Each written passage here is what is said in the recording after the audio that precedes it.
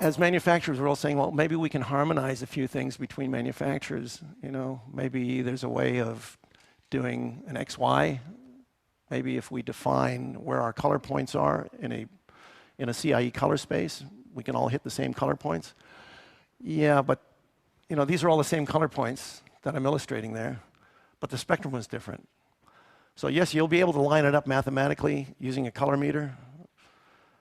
But if you see that the spectrum is going to be different, you can expect to see some challenges as you move forward. Color space, such as 709, 2020, these all define their values in either values of 100 or in equal parts of 255. So that white spot is your D65, your daylight 6500 Kelvin as a white point.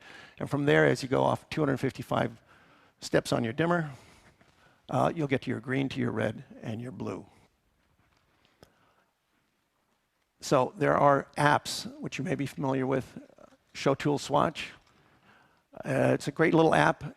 It's basically it gives you the ability to take color values, such as RGB, and input those into your device. Now you got to remember, these are Rec. 709. And unless a manufacturer says, my instrument is set to 709, a lot of manufacturers just go with their native gamut, which is whatever is determined by their red, green, blue points. And so it may not be an absolute match. So this is where the color matching between manufacturers gets interesting, because the same RGB values entered into different manufacturers is going to render out differently. So even a color point that falls outside, it's still going to be reproduced within this program at 709, but it'll be desaturated, but it'll fall on that hue angle where it crosses into the gamut.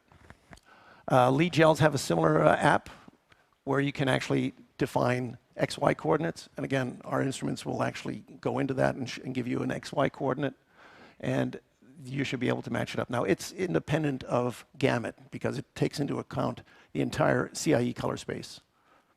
So in many respects, XY is a good way of trying to get to certain points, but you still need to be aware of what the actual spectral distribution is to make sure that they're all going to match up. So that's sort of a display on what ours looks like. It's very straightforward and simple. You simply put in the data that the field outputs. ESTA, the Entertainment Services and Technology Association, also known as PLAZA in the UK, they're suggesting that we as manufacturers adopt the Kodak ProPhoto color space system. It's a rather large gamut. The only thing that's awkward is that it uses a white point that's tungsten. All the gamuts have a native white point that's daylight. And when we asked them, why did you choose this? And I went, I don't know, just it seemed like nobody said anything about it. So I said, well, okay, we're saying something about it. So we need to go back to what the original gamut was, D65. This way it's across the board. All the gamuts share the same white point. All they do is expand it from there. So I think that's going to happen.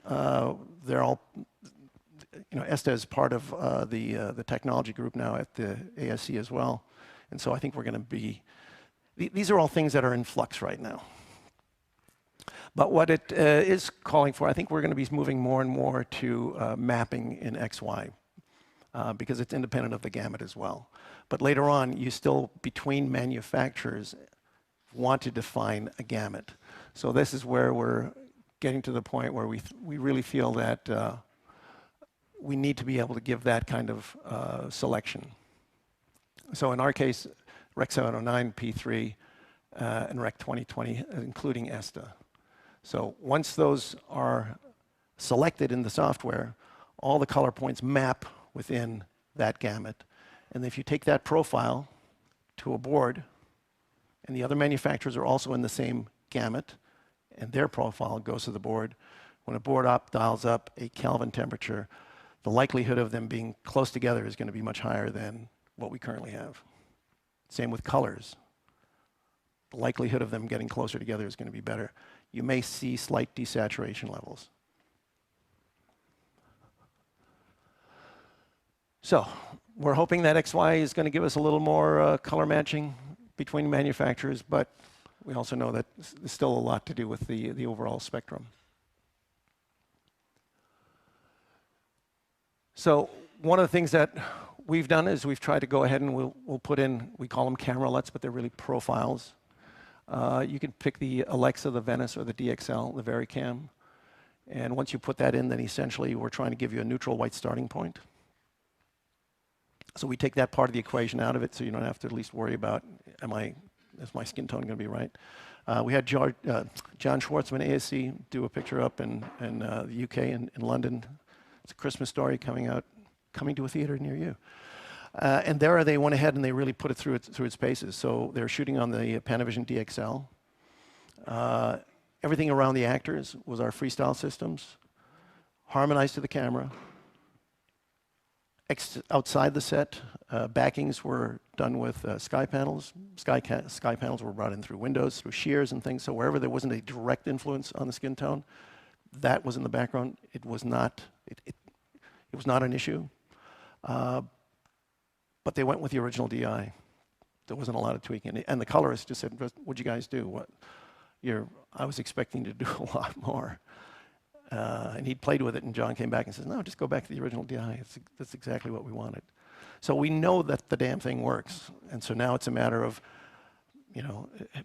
having the luxury of time to do the camera test ahead of time to make sure that whatever workflow you're choosing as a cinematographer to work in, that you have the ability to at least test for these features and make sure that they work within the context of the way you're working. XY color matching.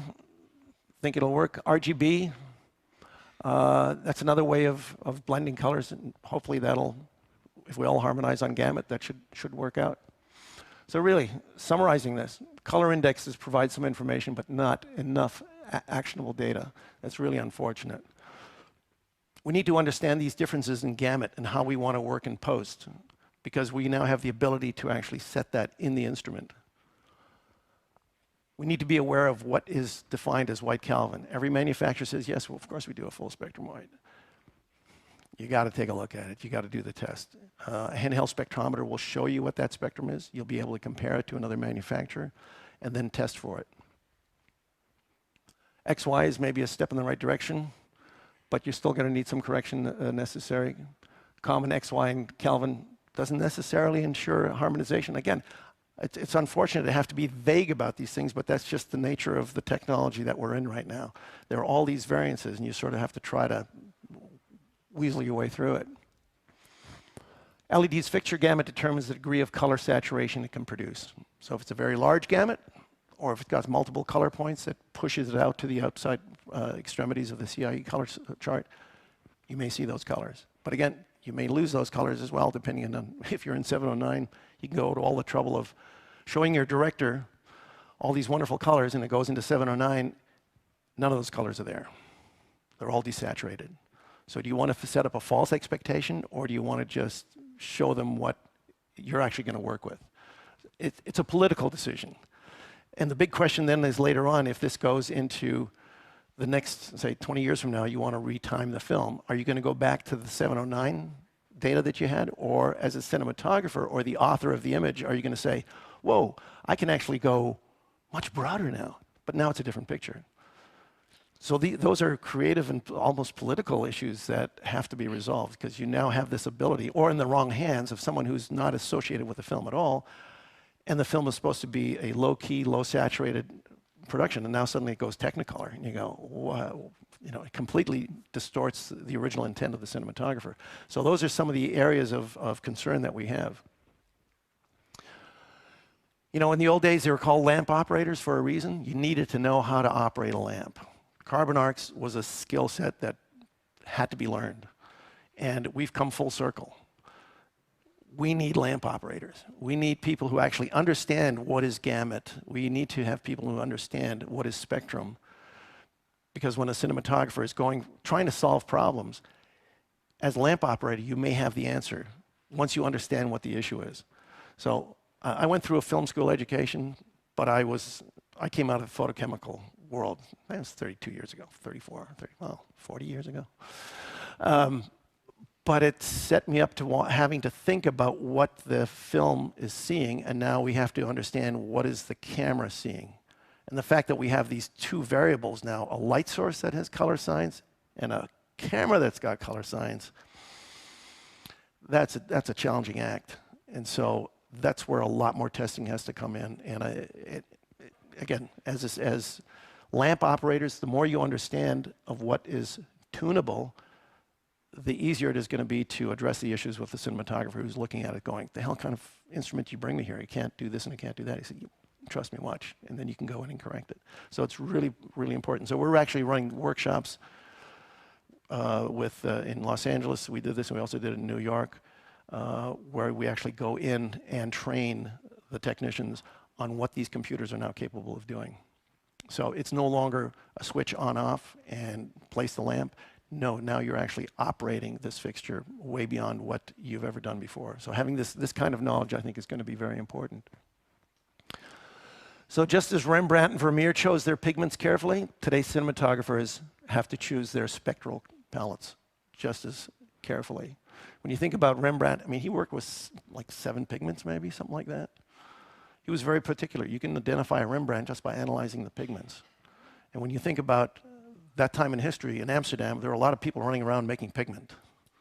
And these guys were very particular because they were such honed-in artists. They knew what they could rely on, and they didn't just nilly-willy mix stuff together. Good broad spectrum white light goes a long way in solving color rendering. Think of your lighting element, your lighting instrument, as a white light generator, and also think of it as a device that can generate colors. And you have to sort of decide, am I choosing this because of its capability of producing the white that I need? Or am I trying to do something that's very colorful now because there are some great instruments that will hit color points but really not do well in white? So, and there's cost involved in all these things. So if you want to do one that does everything, you can expect to be paying the higher price on these things as well. But there are a lot of choices now. From being 5 manufacturers for lighting instruments, we're upwards of 200, and the quality range is all over. So as a cinematographer, you're seeing all these brushes that are so exciting. You go, that's a great size. I could use it for this and this and for this task. But remember, each one has its own embedded pigment. And unless you test for it, that's what's going to bite you in the ass in production and sitting there in post going, the hell was, where did that come from? So these are the things we need to keep in mind. So workflow gamut is very important because it's going to influence your limitation.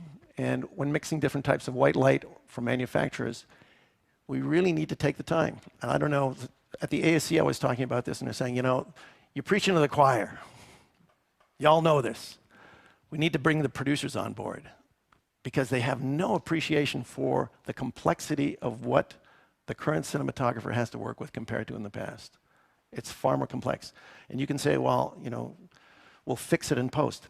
You can, and that is a budget line in and of itself. And it's also where you have the most compromise then, because once it's committed, there's nothing more you can do. Test your choice of camera or your lights. Fixtures, color science is the 21st century pigment. Fixtures are the brushes. Choose your pigment wisely or suffer the consequences when color grading.